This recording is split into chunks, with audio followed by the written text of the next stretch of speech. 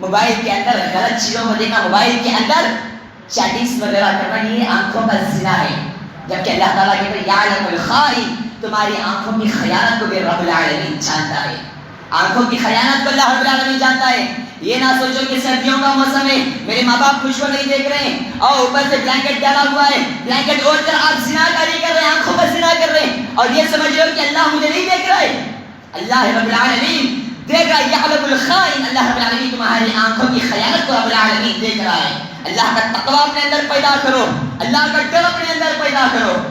اسی طرح سے ایک صحابی رسول اللہ کے نبی جناب محمد رسول اللہ صلی اللہ علیہ وسلم کے پاس آتے ہیں، ابھی نوجوان ہیں، آ کر کہتے ہیں اللہ کے نبی ایذن لی بالزنا. کیا کہتے ہیں؟ ایذن لی بالزنا، اے اللہ کے نبی مجھے زنا کی اجازت دیجیے. اب اللہ کے نبی کے ارد گرد تمام صحابہ کرام بیٹھے ہوئے ہیں. جیسے ہی یہ نوجوان صحابی آ کر پوچھے اللہ کے نبی ایذن لی بالزنا، مجھے زنا کی اجازت دیجیے، زنا کی پرمیشن مجھے دیجیے، اتھارٹی دیجیے. تو وہاں پر سارے کے سارے صحابہ کرام مارے خوف کے، مارے غصے کے ان پر تان و تشنیع کرنے لگتے ہیں. پھر اس کے بعد اللہ کے نبی جناب محمد رسول اللہ صلی اللہ علیہ وسلم اپنے اس صحابی کو اپنے قریب کرتے ہیں اور کہتے ہیں کہ اے میرے صحابی بتا تو صحیح، اگر کوئی تو اس بات کو پسند کرتا ہے کہ کوئی تیری ماں کے ساتھ یہ کام کرے، جس کام کو تو کسی کے ساتھ کرنا چاہ رہا ہے وہ کام تیری ماں کے ساتھ کوئی اور کرے تو اس بات کو پسند کرے گا؟ وہ کہتا ہے اللہ کے نبی نہیں، میں کیوں کہا اللہ کے نبی برداشت کروں؟ اللہ کے نبی میرے اندر بھی غیرت ہے نا، میں تو غیرت کا فقدان رکھنے والا ہوں، میں اس بات کو برداشت کرنے والا نہیں ہوں. پھر کہتے ہیں اللہ کے نبی اگر کوئی یہی فعل تیری بہن کے ساتھ کرے تو گوارا کرے گا؟ وہ کہنے لگے اللہ کے نبی نہیں. پھر اس کے بعد کہا کہ اللہ نے کہا کہ کیا یہی فعل تیرے پھوپھی کے ساتھ کیا جائے تو برداشت کرے گا؟ پھر کہا یہی فعل تیرے خالہ کے ساتھ کیا جائے تو برداشت کرے گا؟ سارے سوالات پر وہ اجنبی وہ انسان کہنے لگا، وہ نوجوان کہنے لگا اللہ کے نبی نہیں، میں کس طرح سے برداشت کرتا ہوں کوئی میری ماں کے ساتھ زنا کرے، کوئی میری بہن کے ساتھ زنا کرے، کوئی میری خالہ کے ساتھ زنا کرے، کوئی میری پھوپھی کے ساتھ زنا کرے. اللہ کے نبی میں اس بات کو برداشت کرنے والا نہیں ہوں.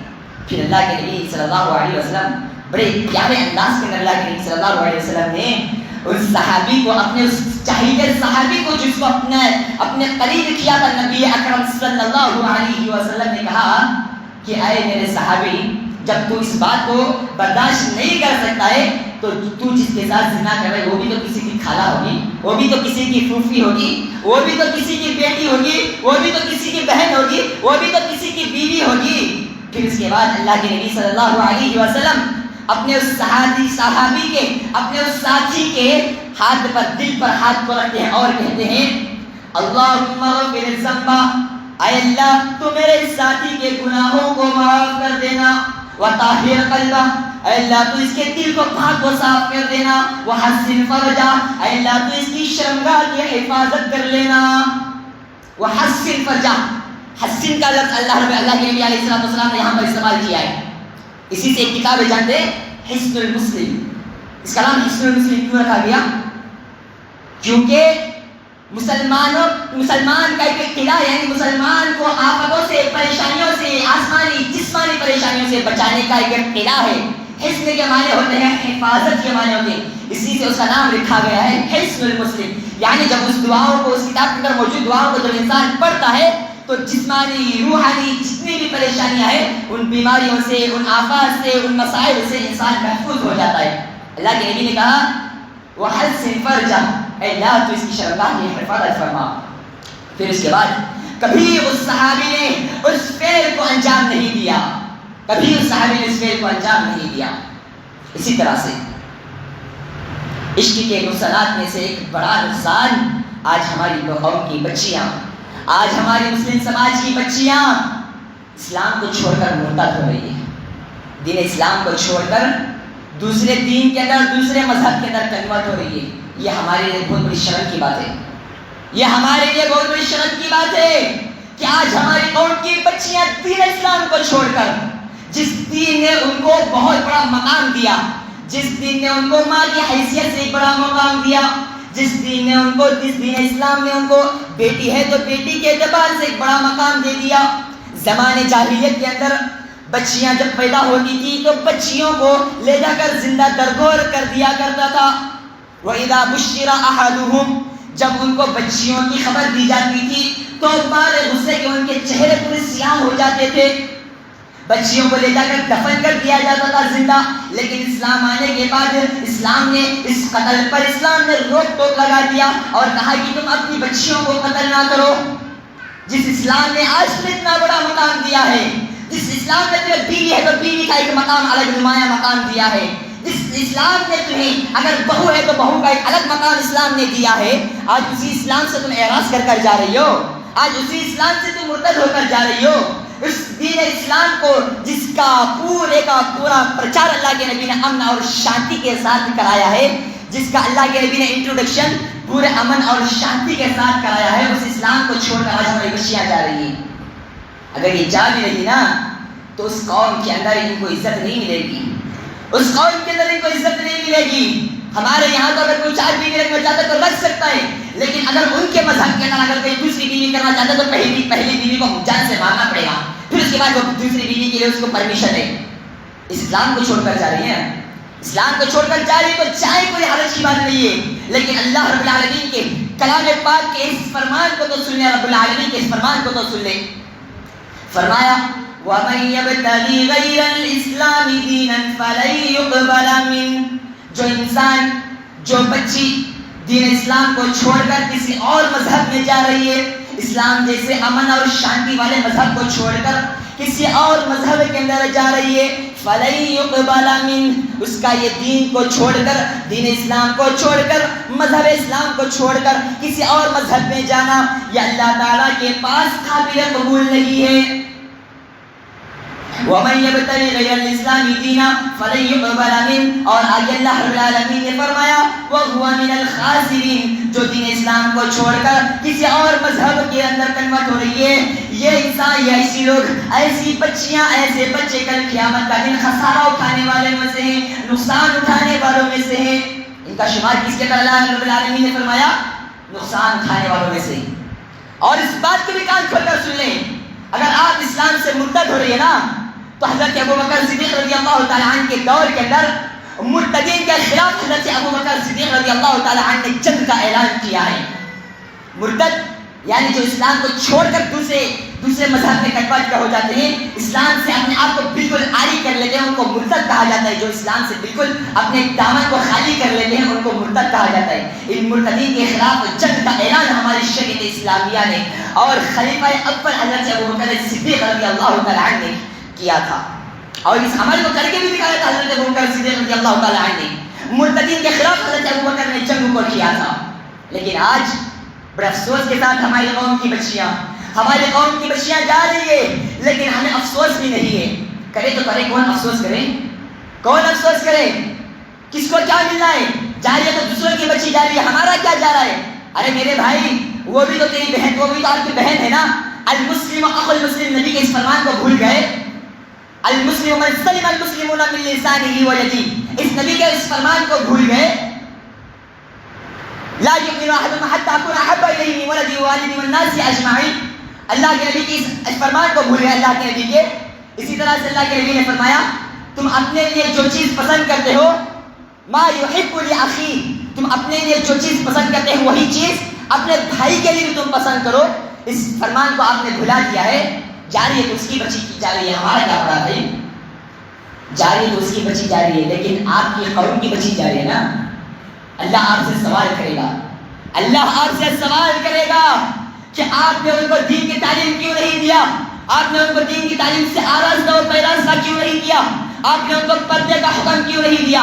یہ اللہ آپ کے گریبانوں کو پکڑ کر اللہ رب العالمین آپ سے سوال کرے گا. اللہ آپ کے گریبان کو پکڑ کر آپ سے سوال کرے گا کہ بھائی آپ کہیں کے ذمہ دار تھے, آپ اپنے گھر کے ذمہ دار تھے, آپ اپنے بیوی بچوں کے ذمہ دار تھے, آپ کہیں مسجد کے یا مدرسے کے کہیں اسکول کے ذمہ دار تھے, آپ نے اپنے بچیوں کو دین کی تعلیم کیوں نہیں دیا. آج ہمارے قوم کے مرد اپنی عورتوں کو بہت زیادہ مسجد میں نہیں لاتے. کیوں میرے بھائی, ہماری جو قوم کی بچیاں دین سے مرتد ہو رہی ہیں نا, اس کا سب سے بڑا واحد سبب یہی ہے کہ آج ہم اپنی عورتوں کو جلسے کے اندر نہیں لے جاتے ہیں.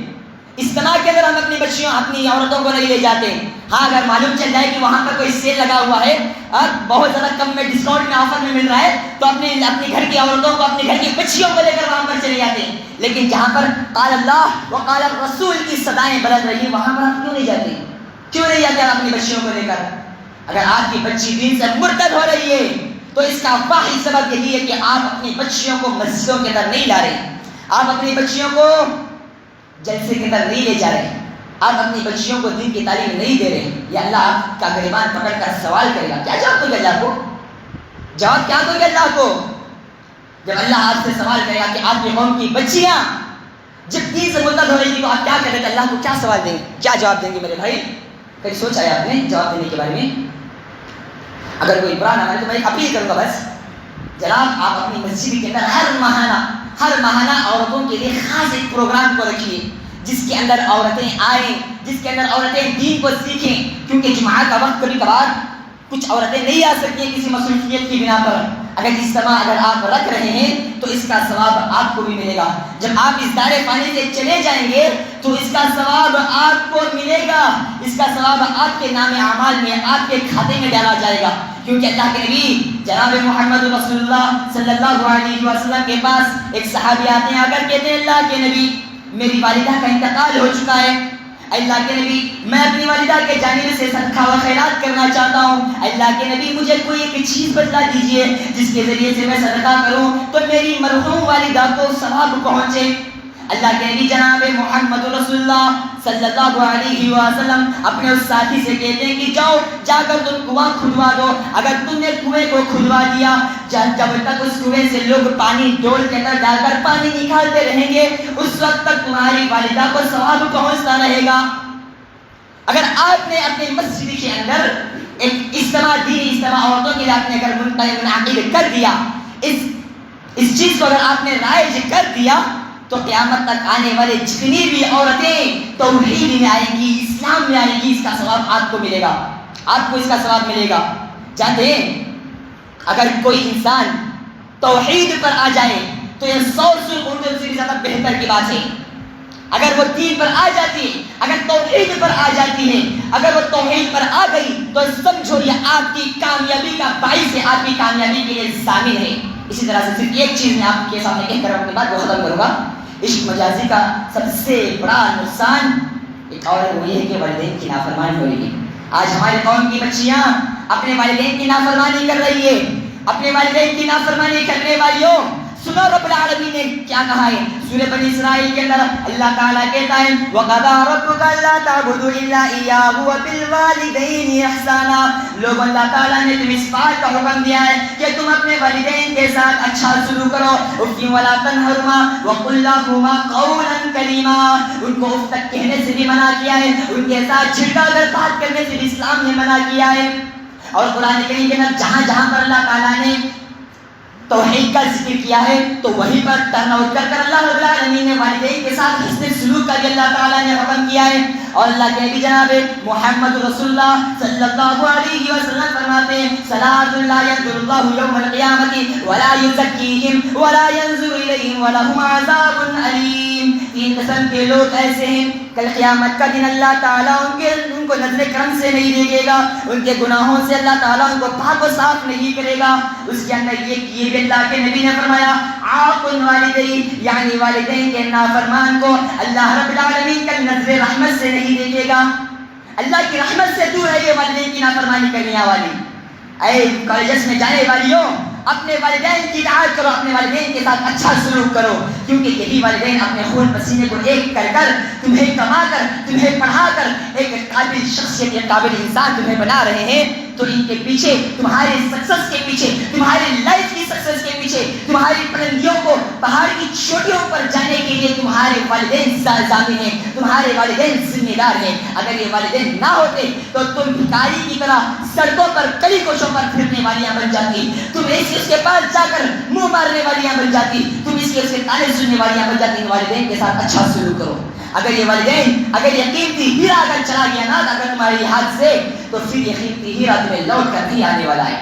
آخر یہ جو لو انگلش میں کہا جاتا ہے نا, اس کا ڈیفینیشن میں آپ لوگوں کے سامنے بیان کرتا ہوں. یعنی لیک آف سیروز, آنسوؤں کا سمندر، وہ اوشین آف سیروز، اوشین مطلب آنکھوں کا سمندر، غموں کا سمندر، valley of death, and of life, یعنی اس کے اندر یہ جو عشق ہے، یہ جو آج ہمارے قوم کی بچیاں کر رہی ہے، اس کے اندر صرف ان کو غم ہی غم ملے گا، اس کے اندر صرف ان کو رنجش ہی رنجش ملے گی، غم ہی غم ملیں گے، پریشانیاں ملیں گی، اور آخر میں جا کر موت کے کنویں میں جا کر کود کر اپنی زندگی کو برباد کر دے گی۔ آپ دیکھ رہے ہیں، مجھے کہنے کی ضرورت نہیں ہے، اخبارات کے اندر فلاں جا کر ٹرین کے نیچے اپنی جان کو برباد کر دیا، عشق میں ناکام ہونے کی وجہ سے، لو میں ناکام ہونے کی وجہ سے، آپ دیکھ رہے ہیں اخبارات کو، آپ دیکھ رہے ہیں۔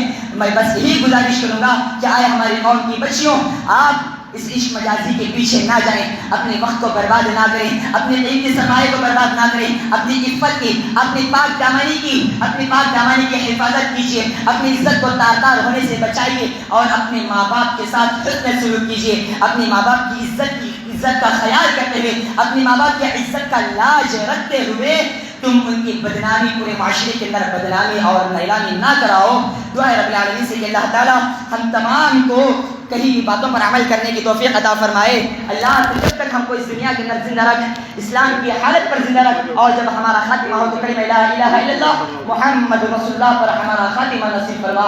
اے اللہ ہماری قوم کی بچیوں کو صحیح ہدایت دے، اے اللہ ہماری قوم کی بچیوں کو دینی تعلیم سے آراستہ اور پیراستہ ہونے کی توفیق دے، آمین۔ وصلی اللہ علیہ وسلم، السلام علیکم۔